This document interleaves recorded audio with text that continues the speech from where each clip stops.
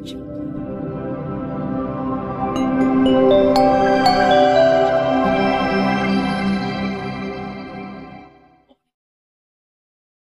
ibu, bapak, dan saudara-saudara,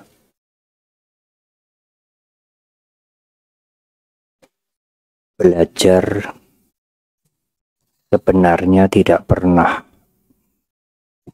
selesai. Meskipun belajar itu bukan berarti harus formal di bangku sekolah atau di ruang kelas, di ruang kuliah. Tetapi belajar mempunyai arti yang sangat luas. Termasuk belajar pada kehidupannya sendiri. Demikian juga pada kehidupan di sekeliling kita, pada alam, dan lain-lain.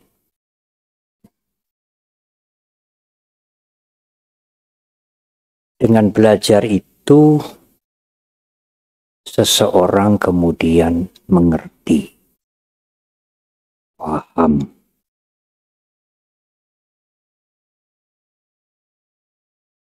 Kalau seseorang sudah mengerti, memahami sesuatu,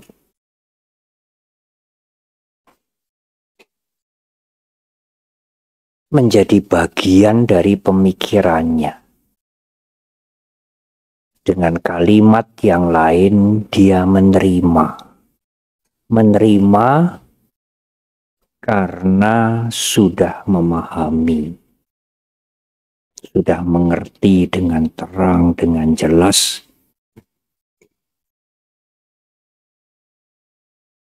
Tentu proses untuk mengerti, memahami itu ada keterangan yang kita dengar. Sekali kita membaca, sekali kita mendengar, belum tentu kita mengerti, belum tentu kita memahami. Membaca kembali, mendengar kembali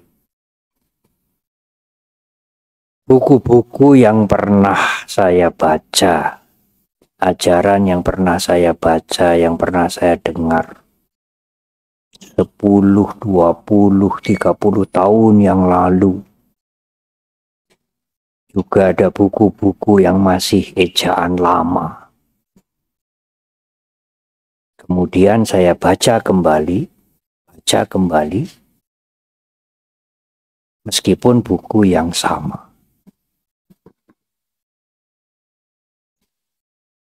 Dengan lebih baik. Disertai dengan pengertian-pengertian yang melengkapi yang lain.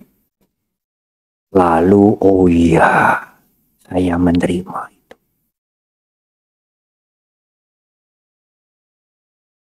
Nah, mengerti itu merupakan pada saddha dalam bahasa Pali, sraddha dalam bahasa Sanskerta. Sering diterjemahkan itu dengan keyakinan. Tapi saudara-saudara kami umat beragama yang lain menerjemahkan dengan iman. Saddha, faith, keyakinan atau iman itu mempunyai unsur penting, salah satunya memahami atau mengerti dengan terang, dengan jelas yang diimani itu, yang diyakini itu. Karena dari mengerti, memahami dengan jelas, meskipun memerlukan proses, seseorang menerima pengertian itu. Ya, saya menerima. Dengan bahasa yang sederhana, ya saya mengerti sekarang, cocok aku, ya, cocok aku. Dia menerima. Kalimat itu adalah sikap dari menerima. Sehingga iman atau sadda dalam pengertian Buddhis ada unsur yang lain selain mengerti, menerima.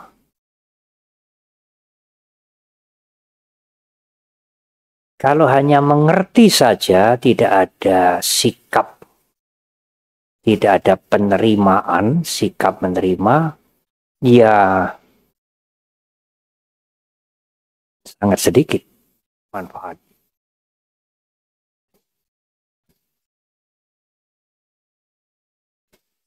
Tetapi tidak cukup. Ada unsur yang ketiga.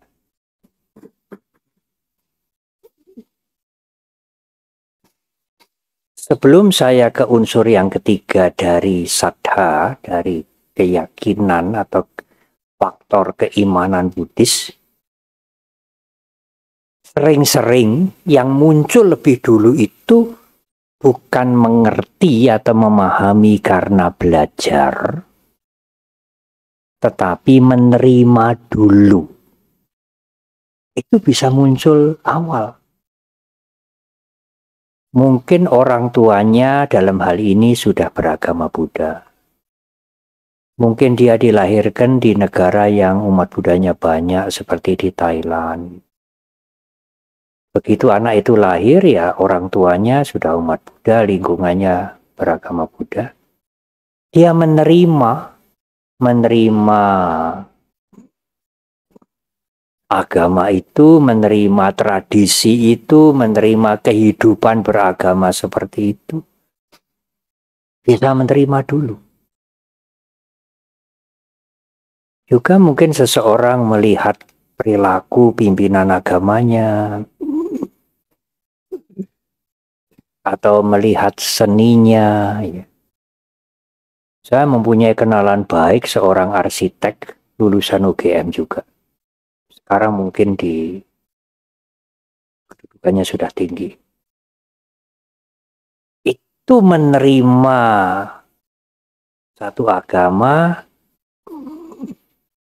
bukan karena keluarganya, bukan karena pengertiannya, tetapi karena paduan suaranya. Amat bagus. Dia merasa dekat. Jadi banyak faktor untuk menerima itu. Antara lain dari faktor orang tua, faktor lingkungan, dan lain-lain. Tetapi ngerti yang diterima itu apa? Bagaimana? Sebab kalau dia hanya menerima begitu saja, ya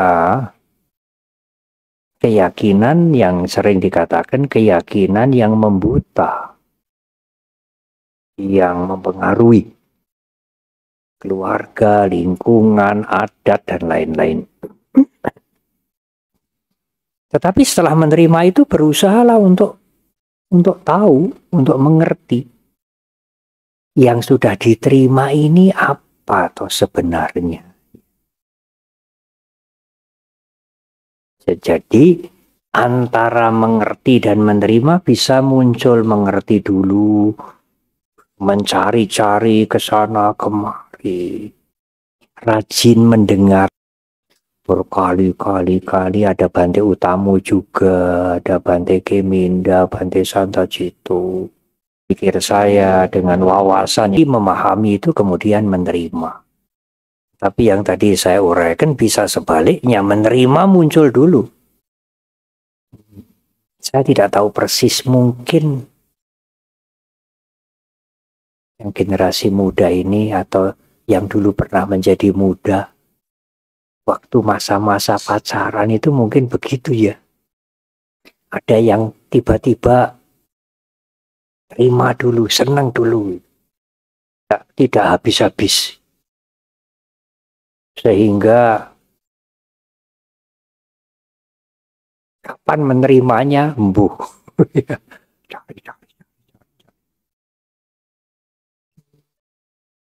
Nah,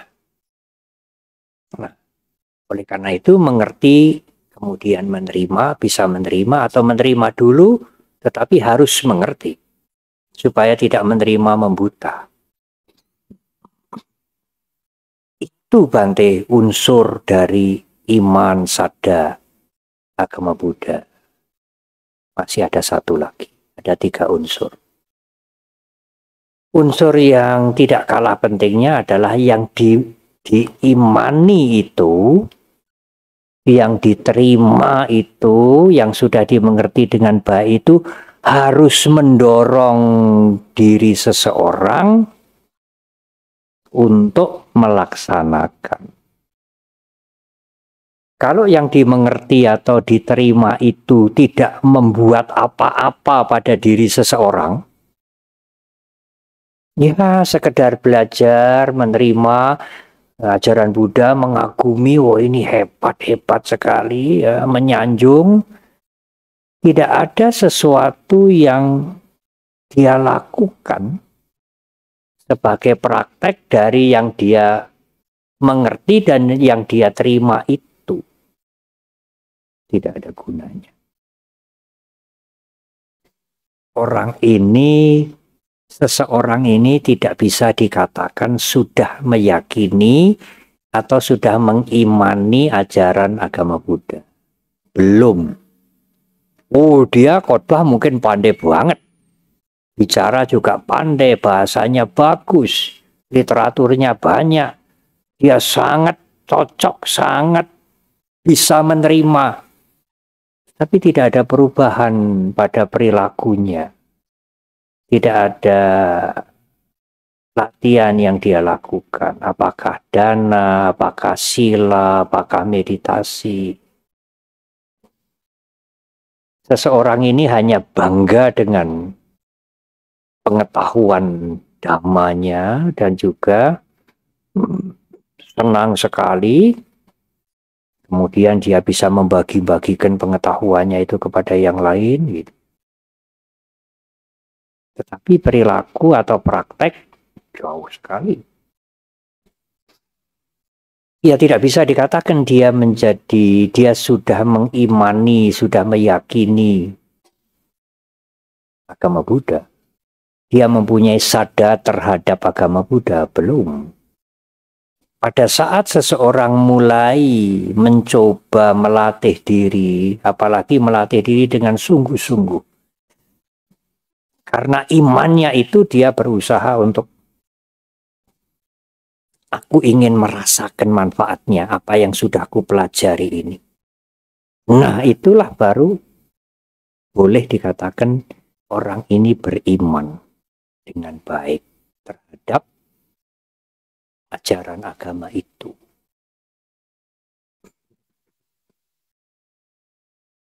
Contoh yang gampang,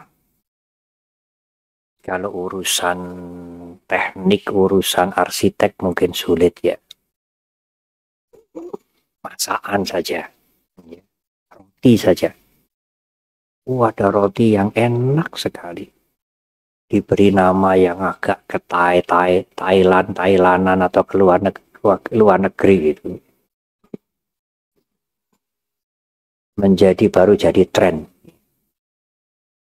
Lalu salah satu dari Anda itu amat tertarik, ingin tahu snack ini dibuat dari apa toh? Apa toh ini bumbunya ini? Dia belajar ke sana kemari, ikut kursus. Ada seorang chef yang buka restoran Thailand di sini, kursusnya sampai pergi ke Thailand di sana.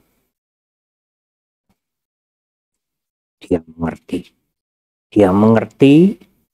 Ada kalimat yang lain lagi selain mengerti dan memahami, mudeng. Dia sudah mudeng, ya. Bahannya ini semua di Indonesia ada, nggak usah impor dari Thailand. Lalu sampai bagaimana mengaduknya, panasnya itu harus seberapa, lalu apa-apa. Tetapi tidak pernah mencoba apa yang dia pahami, yang dia pelajari itu ya hanya itu, pengetahuan yang kering. Dia nggak pernah mencoba. Mungkin kalau dia mencoba awal-awalnya itu bisa tidak sukses. Gosong gitu ya. Atau rotinya gitu. Wah, ini lebih keras dari batu. Ya, dia berusaha lagi, mencoba lagi, sampai sukses. Nah, orang ini beriman.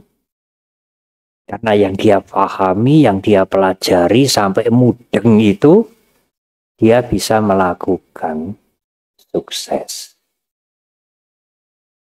Nah, itu adalah 3 unsur keyakinan dalam agama Buddha.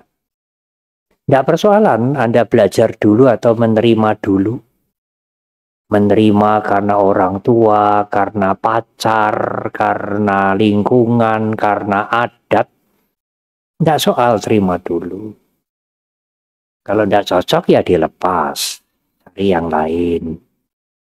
Tetapi setelah menerima berusaha untuk, kalau Anda bisa mudeng, Anda menerima dengan baik. Kalau Anda tidak mudeng atau tidak cocok, ya lepaskan saja. Tidak ada hukuman untuk melepaskan itu. Orang kan bisa menerima bintang dari pengertian yang kita dapatkan. Ya, tetapi sekali lagi unsur yang ketiga itu penting juga, bahkan sangat penting. Harus berusaha untuk melatih diri, praktek. Baru yang diimani itu betul-betul iman yang bermanfaat. Bukan sekadar belajar dan mengerti. Lalu Bante, apa yang harus diimani, yang harus diterima, dimengerti, kemudian diterima, kemudian kita melakukan? Banyak hal. Di deskripsi samaditi itu ada 10 hal yang perlu kita mengerti, yang perlu kita mudeng. Tetapi ya cukup panjang. Kalau boleh atau kalau dipersingkat, yang penting adalah mengerti,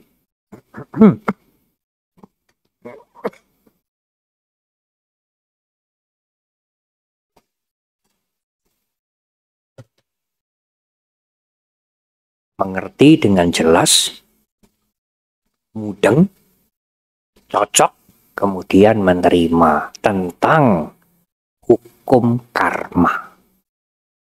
Sangat penting. Bahwa tidak ada perbuatan yang sia-sia. Semua hal-hal yang baik meskipun kecil akan membuahkan kebaikan. Hal-hal yang buruk akan mengakibatkan keburukan.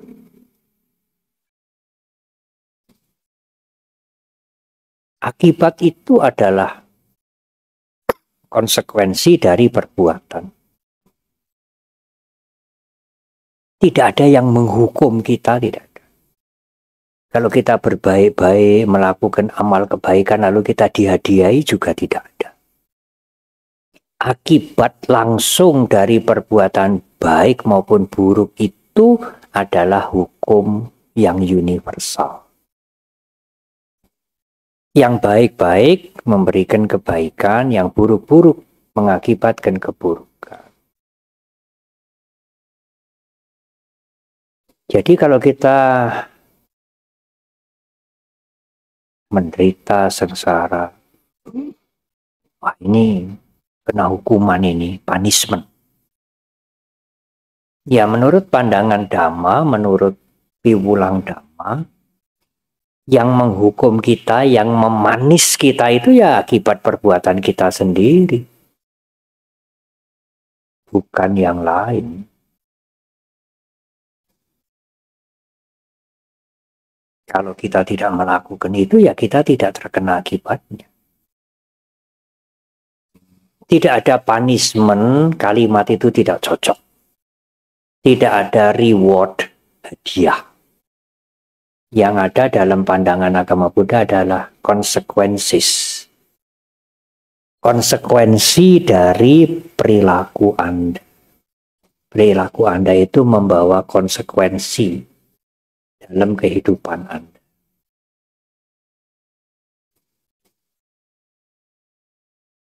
Kalau kita memahami ini, maka tidak usah diweden-wedeni, didendeni. Tidak usah dipaksa, tidak usah diancam. Kita tidak mau sendiri berbuat yang buruk. Karena kita mengerti akibatnya buruk. Kita suka berbuat yang baik karena nanti manfaatnya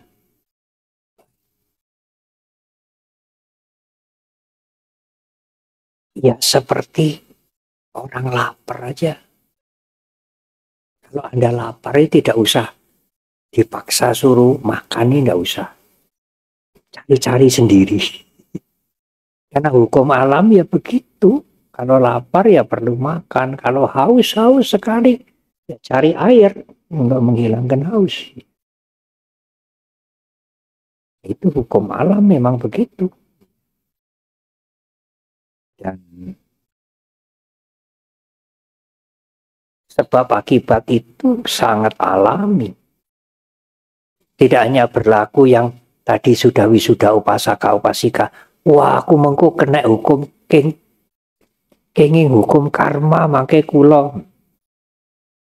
Kalau berbuat buruk menerima keburukan, kalau berbuat baik memetik kebaikan. Ya Anda wisuda upasaka apa tidak? Umat Buddha atau bukan? Ya bertanggung jawab atas perbuatan Anda masing-masing. Hukum karma tidak hanya berlaku untuk umat Buddha saja, ya untuk semuanya. Termasuk mungkin yang tidak mau beragama ya kena juga. Kena juga akibat dari perbuatannya masing-masing.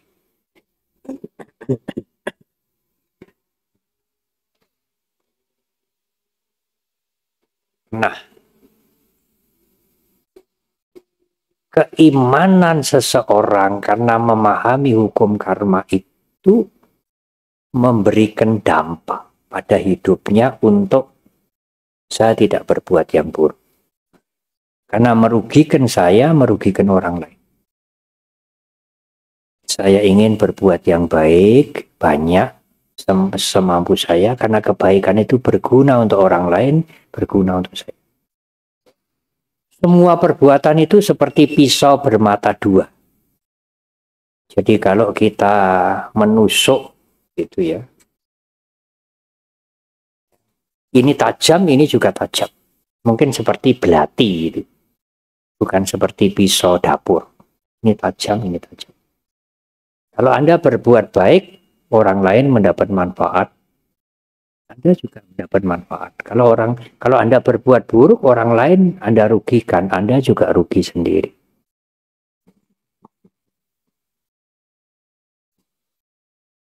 Nah, sila itu adalah buah atau manfaat dari seseorang yang meyakini, yang beriman terhadap hukum karma.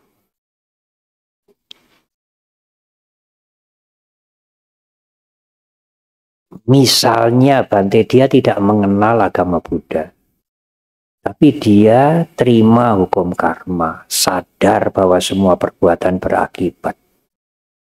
Sehingga dia menjauhi perilaku-perilaku yang buruk, yang jahat, dia melakukan yang baik. Apakah itu baik? Baik. Mengapa tidak? Daripada dia mengaku umat Buddha berbuat jahat. Itu tidak baik, double. Merugikan orang lain triple, bahkan mungkin merugikan diri sendiri. Ia menjelekkan agama yang disebutkan itu. Oh, koyo ngaten seperti begitu. Kados ngaten niko ta umat Buddha. Orang tidak bisa membedakan pribadi-pribadi. Biasanya orang senang mengeneralisir.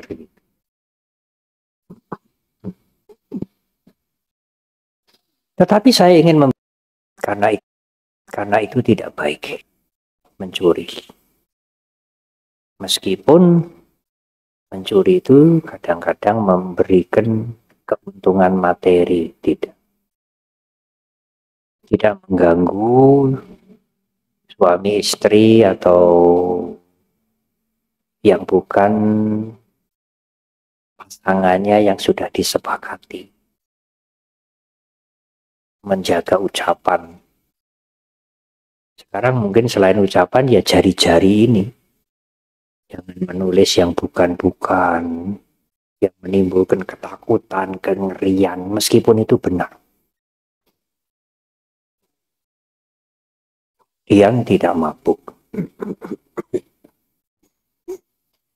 Tetapi karena tidak membunuh, tidak mencuri, tidak berzina, tidak mabuk, menjaga ucapan, tidak berkata-kata yang sembarangan, itu menenteramkan hidup ini, membuat kita tidak banyak musuh, tidak was-was ya. Tetapi kalau Anda melihat orang yang berbuat buruk, ya membunuh, ya berzina, ya berbohong, jangan membenci. Ya, Anda memegang sila, memegang perilaku yang baik. Tapi kalau Anda melihat orang yang berperilaku buruk membenci, ya kebencian Anda bertambah. Perilakunya sih baik, tapi kebenciannya bertambah-tambah. Melihat yang lain yang tidak sama dengan dirinya. Kebenciannya bertambah, keakuannya juga bertambah.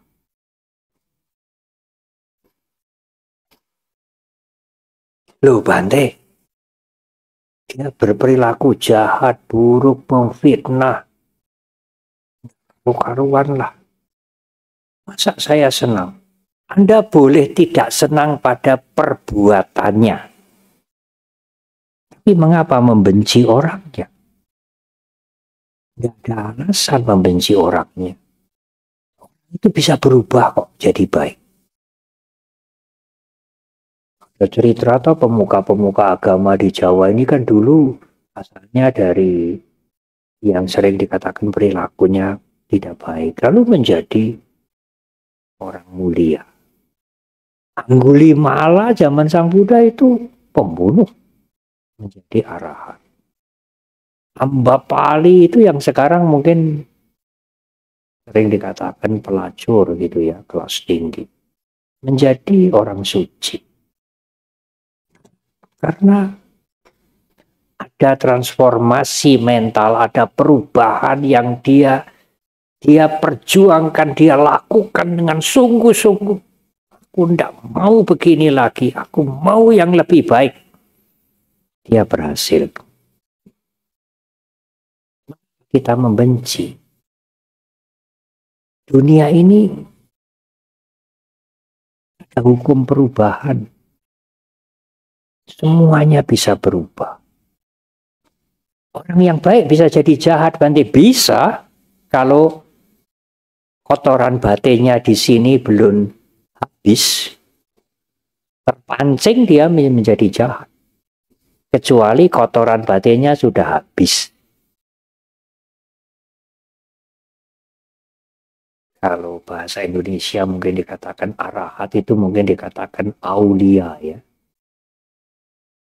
Saya pernah ngomong-ngomong dengan Suwargi Buya Syafi'i, beliau mengatakan itu insan kamil itu. Kami mengatakan itu insan kamil. Tidak ada lagi kotoran batin di dalam dirinya, tidak akan terpancing dengan keadaan apapun. Tapi selama masih ada kotoran batin, ya yang baik bisa menjadi jahat. Yang jahat bisa berjuang menjadi baik. Sebelum mencapai kesucian, jahat itu kan hanya temporary toh. Sementara. Kan tidak ada orang yang jahat. Jahit banget. Tidak ada sedikit pun celah yang disebut baik. Jahat banget sampai meninggal dunia. Tidak ada.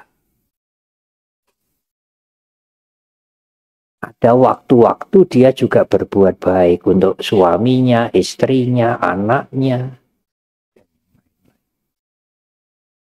Saat dia mempunyai keinginan baik, ya dia menjadi orang baik. Saat timbul keinginan jahat, dia menjadi orang jahat, termasuk kita ini. Kita bisa temporary jahat.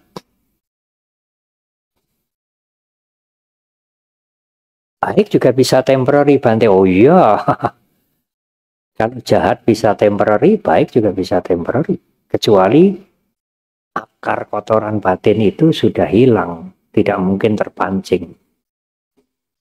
Kalau di bawah gelas ini ada lendut, meskipun dia sudah menep, masih ada ini, ya hanya bergolak saja airnya. Tidak mungkin menjadi keruh. Mengapa membenci mereka yang berperilaku buruk? Apa kita tidak pernah berperilaku buruk?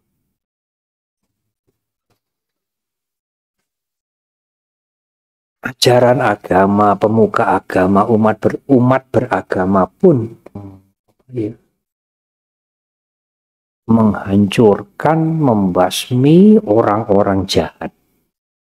Tetapi ajaran agama, pemuka agama, umat beragama ini mempunyai tugas moral. Begitulah, atau kewajiban moral.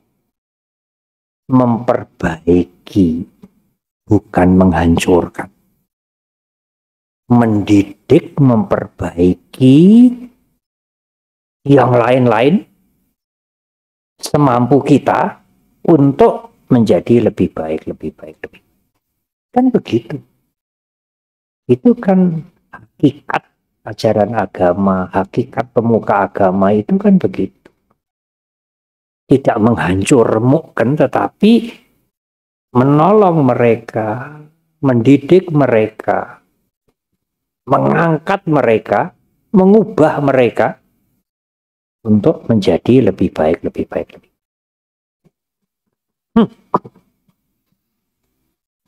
Anda boleh tidak senang pada perilakunya yang buruk, tapi jangan membenci orang yang kita kasih cap buruk, jahat. Itu juga ingin hidup nyaman, hidup bahagia. Seperti kita, tidak senang disakiti. Ya kita empati. Semoga bisa segera sembuh. Kan timbul karuna toh. Tidak malah menghancurkan.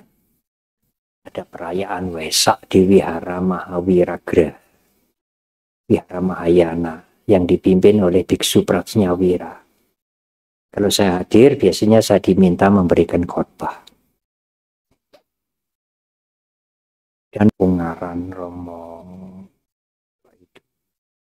Kardinal Justinus Dharma Atmaja, yang pernah jadi seknek di zaman Gus Dur, ketua PGI dan lain-lain. Antara lain Pak Kwek Kian Gi, waktu masih menjadi menteri, dan setelah tidak menjadi menteri juga diundang. Salah satu, dan beliau yang saya ingat, beliau itu cerita, Bung Karno itu tidak senang penjajah di Indonesia maupun di negara-negara lain. Masing-masing bangsa itu harus. Bung Karno tidak senang penjajahan menurut Pak Kwek ya. Tetapi Bung Karno itu punya sahabat baik orang-orang Belanda. Beliau belajar banyak dari orang-orang Belanda. Selain perilakunya menjajah itu banyak kebaikan. Beliau tidak senang penjajahannya itu, perilaku itu. Tapi beliau tidak membenci orang Belanda. Karena bisa belajar dari orang Belanda juga. Yang buruk-buruk jadi pelajaran kita, toh. Jangan sampai kita mencontoh begitu. Yang baik-baik jadi contoh. Pak B mengatakan Bung Karno tidak senang penjajahan, tetapi bersahabat baik dengan orang-orang Belanda. Beliau tidak membenci orang Belanda. Tapi beliau menambahi, kalau saya nggak bisa, saya nggak senang perilakunya, ya sekaligus nggak senang sama orangnya. Saya bukan Bung Karno. Cobalah Ibu Bapak dan Saudara, membedakan antara motif perilaku dengan pelakunya.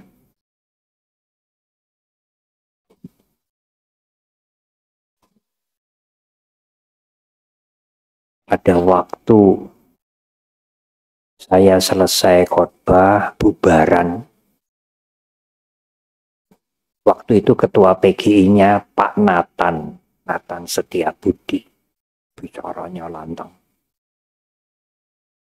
Dia mendekati saya, Pak Teh, sama itu dengan yang diajarkan Yesus. Oh iya, Pak Nathan. Kristen itu, umat Kristen itu tidak senang pada pelacuran, tetapi jangan membenci pelacur. Oh, begitu. Karena perilaku yang tidak baik, yang buruk itu memang kita harus menghindari. Tapi individu-individu itu, mengapa kita harus membenci?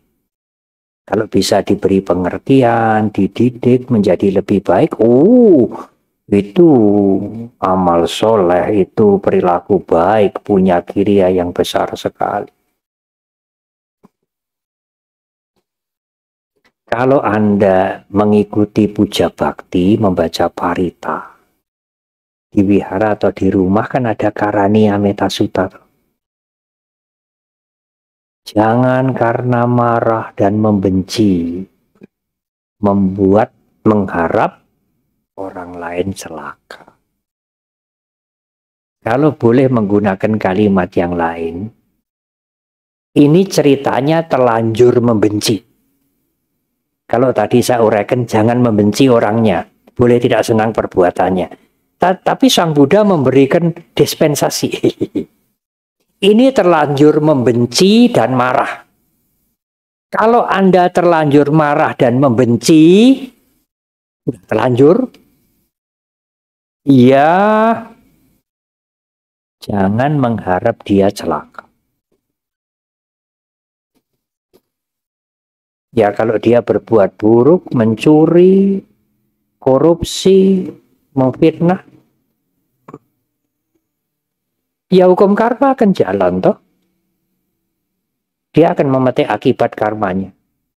Titeni wae mengkonek karmane berbuah, rasakan dia, hancurlah dia. Ini sami mawon. Sami mawon mendoakan orang lain celaka, hanya memakai referensi hukum karma. Iya, itu mengharap dia celaka, hanya dibungkus begitu ya. Lain nanti. Nah itu praktek melatih diri kita untuk maju. Kalau masih membenci, membara-bara, kemudian tidak bisa dikendalikan dan lain-lain, lalu ya manfaatnya Anda belajar Dhamma. Sering mendengar YouTube memuji-muji ajaran Buddha, lalu tidak ada perubahan dalam perilaku Anda. Sejak dulu, ya aku masih yang seperti dulu. Aku masih yang seperti dulu, ya tidak ada perubahan. Tidak ada perubahan kemajuan.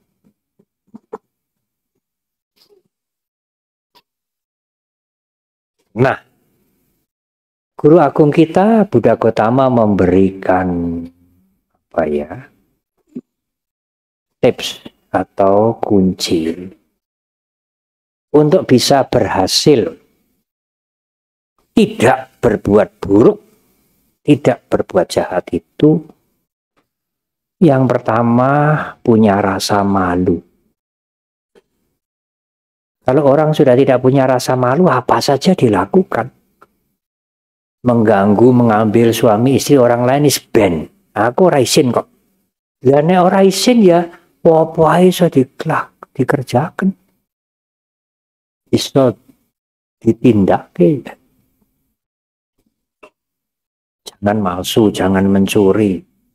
Menggunakan konangan bisa dipolisikan. Ora isin aku. Lah ya sudah. Kalau imannya ora isin ya sulit ini diberitahu. Kecuali mungkin dia mengalami akibatnya itu yang sangat membuat dia kejepit, menderita, sengsara. Baru rasanya kaya ngene kuwi. Dia mengerti akibatnya setelah dia mengalami sendiri. Tidak bijaksana. Kalau Anda mempunyai malu berbuat buruk sekarang dan menyadari akibat dari keburukan itu, dengan belajar dari lingkungan ini, dari orang-orang yang lain, dari orang-orang yang berperilaku buruk dan mengalami akibatnya, kita bisa belajar.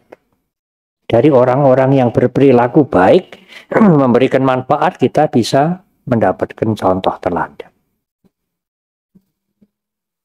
Lalu melakukan hal-hal yang buruk dan juga menyadari akibatnya itu menyengsarakan, menambah penderitaan. Berbuat yang buruk itu menambah penderitaan, bukan mengurangi penderitaan. Maka kita akan mempunyai pagar, punya rem untuk tidak melakukan yang buruk-buruk. Kita bisa memegang sila. Sila itu perilaku yang baik. Ada yang menerjemahkan sila itu moralitas. Tetapi di dunia filsafat moralitas itu sikap mental. Meta, karuna, cinta kasih, ingin menolong, empati, simpati itu moralitas. Tapi kalau tingkah laku yang baik, tidak membunuh, tidak menyakiti, tidak berbicara yang merugikan, itu disebut perilaku baik. Etik, ya, dalam dunia filsafat itu disebut etik, bukan moral. Moral itu dasarnya. Kalau seseorang punya moral yang baik, maka dia punya etik yang baik, perilaku yang baik. Tetapi tidak hanya tidak berbuat buruk, tidak hanya mengendalikan diri saja. Lakukanlah hal-hal yang baik untuk semuanya. Apapun agamanya, apapun keturunannya, siapapun dia, apapun partainya, ora usah ditakoni dulu. Kamu koalisi mana?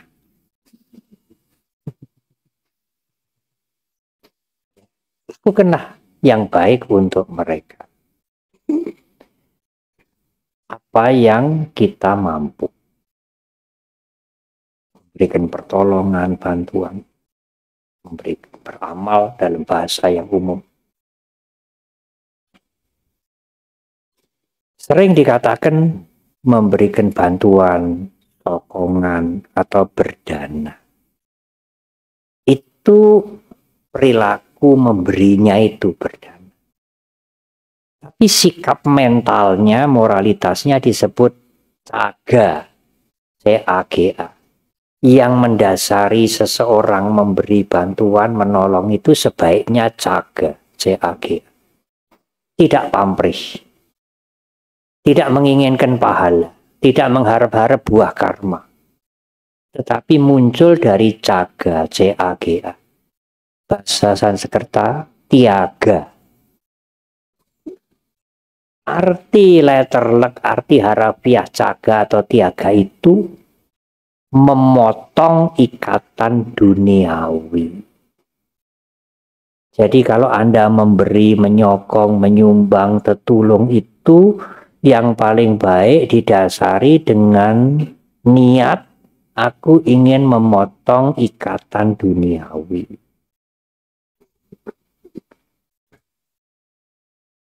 Tidak ingin pujian, nama baik, pahala. Kalau yang belum jodoh, semoga cepat ketemu jodohnya anakku itu. Ya. Biasanya yang berpikir gitu justru orang tua, toh, bukan anaknya sendiri. Ya. Dagangan jadi maju, disenangi atasan, lalu promosi kedudukan. Karena itu saya mau berbuat baik, beramal, menolong, membantu, murah hati. Ya boleh juga, tetapi itu bukan praktek dhamma yang tinggi. Praktek dhamma yang tinggi untuk membersihkan kotoran batin ini supaya keserakahannya ora tambah, tidak tambah. Maka memberi untuk memotong ikatan duniawi. Loh, Bante memotong ikatan duniawi itu kan kalau jadi biku sama nera atas silani. Kalau berkeluarga begini, punya anak istri, bertanggung jawab, apa bisa memotong ikatan dunia? Bisa, saudara, karena memotong ikatan duniawi.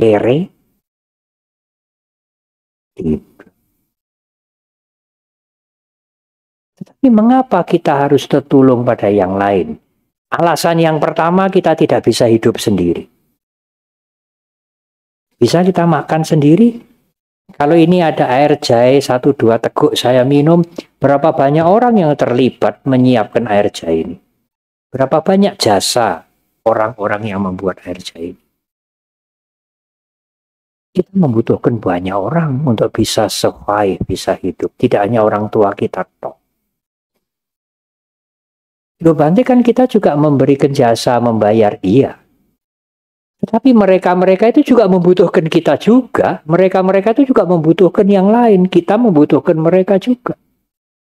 Jadi menolong atau memberi itu bukan pilihan.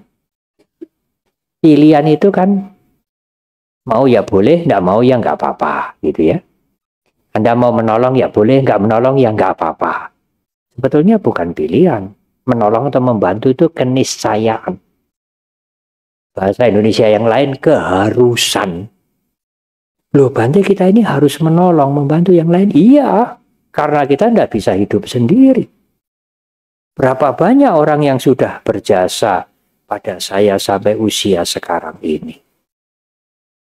Banyak sekali. Saya juga harus memberikan jasa membantu mereka. Itu alasan yang pertama.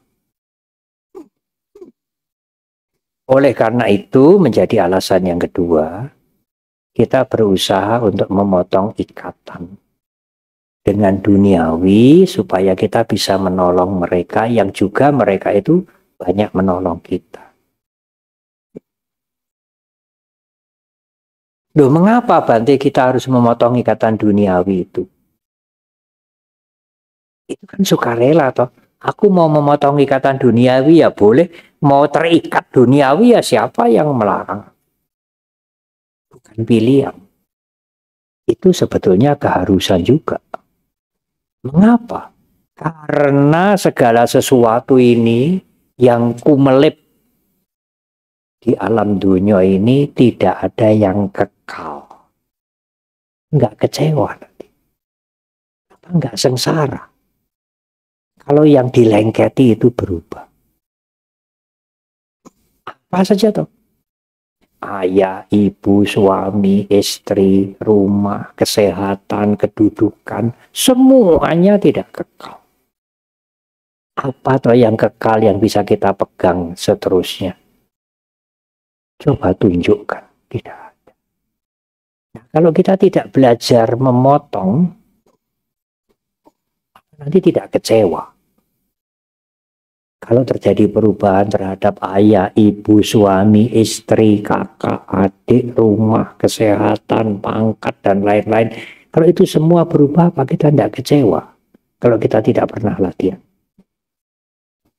Perubahan itu pasti, sangat pasti. Tetapi ini anehnya. Yang pasti dan sangat pasti itu sulit diterima. Wong pasti kok sulit diterima.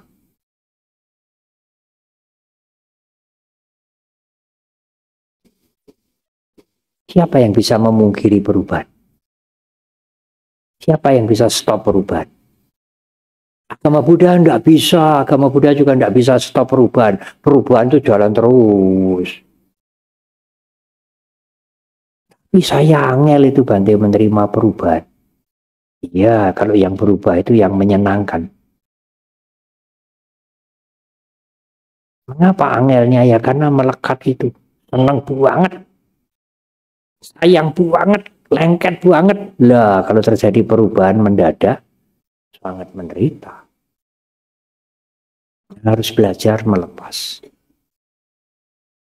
Kalau Anda berbuat baik, menolong, membantu, sebetulnya mengharap pahala, mengharap buah karma yang baik. Semoga diberi kemudahan, kelancaran, ekonomi jalan baik, hidup tidak kekurangan. Buat apa?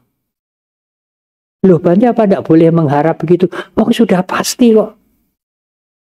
Hukum karma itu pasti, nggak usah diharap-harap. Kalau Anda mengharap-harap baru hukum karma itu ingat ya. Karena dilengke, enggak begitu.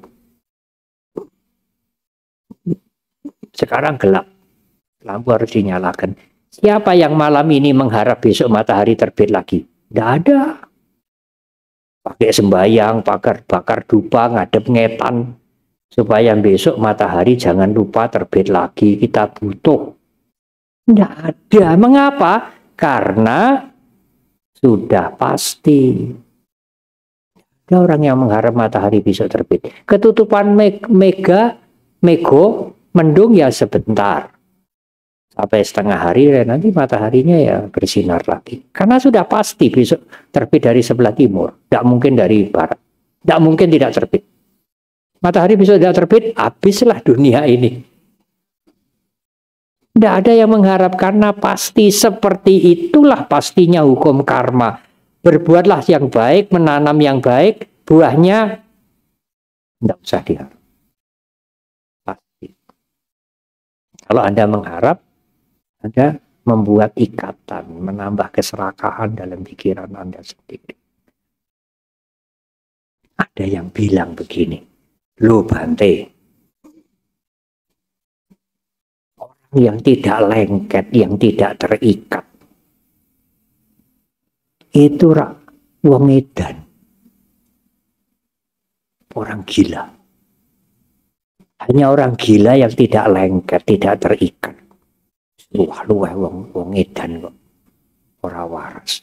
Apa betul sudah? Ketidakterikatan itu bukan persoalan yang kaya, yang hidupnya kekurangan, yang sudah tua, tuyuk-tuyuk yang masih muda. Melekat nggak melekat, bisa melepas atau tidak bisa melepas itu urusan mental, bukan urusan strata sosial, bukan urusan usia. Siapa bilang wong edan itu tidak terikat? Kan dia tidak punya rumah gelandangan tidur di mana-mana. Dia tidak punya mental keterikatan. Letak itu loh, kloso amoh. Coba curi. Kloso amohnya itu dibakar. Nanti dia marah besar. Anda bisa dikejar sampai tertangkap. Dipukuli mungkin Anda. Itu menandakan wong edan pun masih punya attachment, melekat meskipun pada ikarnya yang udah rusak. Jadi bukan persoalan edan atau waras. Bante kalau orang miskin itu ya tidak akan terikat duniawi. Siapa bilang? Kalau orang kaya materinya banyak itu terikat sekali dengan materinya itu. Belum tentu. Itu tergantung dari mentalnya. Punya pengertian untuk melepas tidak? Latihan tidak? Kalau tidak punya latihan ya seperti wong edan itu. Wah, dia bisa marah besar itu kalau kloso amohnya dicuri, dibakar itu. Anda bisa jadi sasaran, bisa dicuari sampai ketemu. Meskipun hanya tikar yang rusak. Keterikatan itu harus dilatih untuk dilepaskan. Ya bukan kita sekarang menjadi kere, lalu materi kita buang semua, aku mau melepas semua. Ya tidak, itu burung puyuh, manuk gemak kecil. Terbang juga tidak tinggi. Kalau burung-burung yang lain sarangnya di atas pohon, manuk gemak ini sarangnya di gerumbul-gerumbul di bawah. Kecil. Tapi kalau dia salah nelusup, kena rumput tertentu yang rada kaku, dia tidak bisa keluar, mati di situ. Terikat oleh rumput itu. Tetapi seekor gajah yang besar, meskipun dirantai besar, dipatok dengan kekuatan yang luar biasa, dia bisa jebol itu rantainya. Tidak terikat dengan rantai yang besar. Dari perumpamaan ini kita bisa melihat barang yang kecil-kecil pun bisa membuat ikatan kita. Dibela nih habis-habisan. Meskipun sudah berubah dan tidak mau menerima perubahan. Tapi meskipun barang kita yang besar sekalipun hancur, ya wis, harap dia pakai meneh. Nggak bisa ditolong, nggak bisa diperbaiki. Dia bisa melepas. Sekalipun itu ikatan besar. Apakah mereka yang dikatakan, dia materinya banyak, hidupnya sejahtera, uangnya banyak, sulit dia melepas ikatan? Belum tentu. Kalau dia punya latihan. Suatu ketika saya pernah mendapat cerita begitu beberapa kali, apalagi waktu pandemi kemarin. Yang mengerti damai, katanya Bante, wong dunia ini tidak kekal. Itu Sang Buddha yang mengatakan, saya hanya menirukan. Dan tidak hanya Sang Buddha yang mengatakan atau saya menirukan, kita bisa lihat sehari-hari. Atau yang kekal. Tapi mungkin yang punya materi sedikit, punya properti sedikit, barang sedikit, kayak wong edan yang punya kloso amoh itu bisa lebih terikat daripada orang yang kita anggap materinya banyak. Ini dia orang kaya, apa bisa dia memotong ikatan duniawi? Tergantung dari sikap mental dia, bukan tergantung dari penampakan, dari yang kita lihat dari tampilannya. Sikap mental itu dibentuk diri bahwa tidak ada yang kekal dalam kehidupan ini. Siap setiap saat harus potong. Dan itu adalah termasuk kebijaksanaan Panya yang sering-sering diuraikan, diingatkan oleh guru agung kita. Ya, berbuat kebaikan, beramal, berprestasi, gunakan hidup ini. Jangan sampai hidup ini sia-sia, semaksimal mungkin memberikan kemaslahatan, kemanfaatan kepada banyak orang. Tetapi ingat, hasil yang kamu lakukan itu berubah. Fasilitas ini dengan sungguh-sungguh, dengan hasil yang tidak bertentangan dengan agama, tidak bertentangan dengan hukum negara, tidak money laundering, halal pokoknya. Apakah kena perubahan juga, Bante? Ya, kena juga. Tidak hanya hasil kejahatan aja yang berubah. Hasil melakukan kebaikan juga berubah juga. Ada seseorang di sana, semuanya. Sekolah, rumah sakit, ya semuanya bencana alam. Suatu ketika dia kena sakit kanker. Stop dia. Dan dia mengeluh, aku ini sudah berbuat baik, beramal banyak, kenapa kok sampai kena sakit begini? Baik tidak bisa kena sakit, bisa mati. Kalau masih muda kan ingin hidup terus ya. Kalau sudah tua ingin sehat terus. Kalau sudah tua sekali ingin tua terus. Artinya tidak mau mati. Ingin tua terus ya tidak mungkin. Nah, umat yang saya ceritakan yang generous, suka berbuat baik, beramal, berdana ini rajin ke wihara, apalagi kalau bantai-bantai datang menjemput di airport, mengantar semuanya. Tapi saya lihat-lihat tidak begitu senang mendengar dhamma. Begitu ada ceramah dhamma, ada khotbah dhamma, dia pergi. Mungkin dia merasa kalau sudah beramal, menolong, membantu itu sudah berbuat baik yang tinggi sekali. Ya itu memang kebaikan ya, tetapi kalau mentalnya tidak dilatih untuk melepas ya nanti kebaikannya itu menjadi ikatan yang baru. Dia diikat oleh kebaikannya sendiri. Timbullah protes. Kalau begini buat apa berbuat baik saya? Mau berbuat jahat sekarang. Tidak pernah mendengar, tidak pernah berlatih. Tetapi dia memberi. Iya, memberinya itu dengan referensi mental, dengan moralitas yang mungkin berumur panjang. Ya, kalau Anda belajar dhamma itu tidak cukup. Harus memberi itu untuk latihan memotong ikatan dunia. Supaya Anda siap kalau perubahan terjadi. Itulah uraian saya malam hari ini. Guru Agung kita menyebutkan semuanya itu sebagai kekayaan batin. Arya dana. Arya itu mulia. Dana itu DHANA. Dana DHANA itu kekayaan. Mungkin bahasa Jawa dono itu dari DHANA. Kalau DANA itu memberi.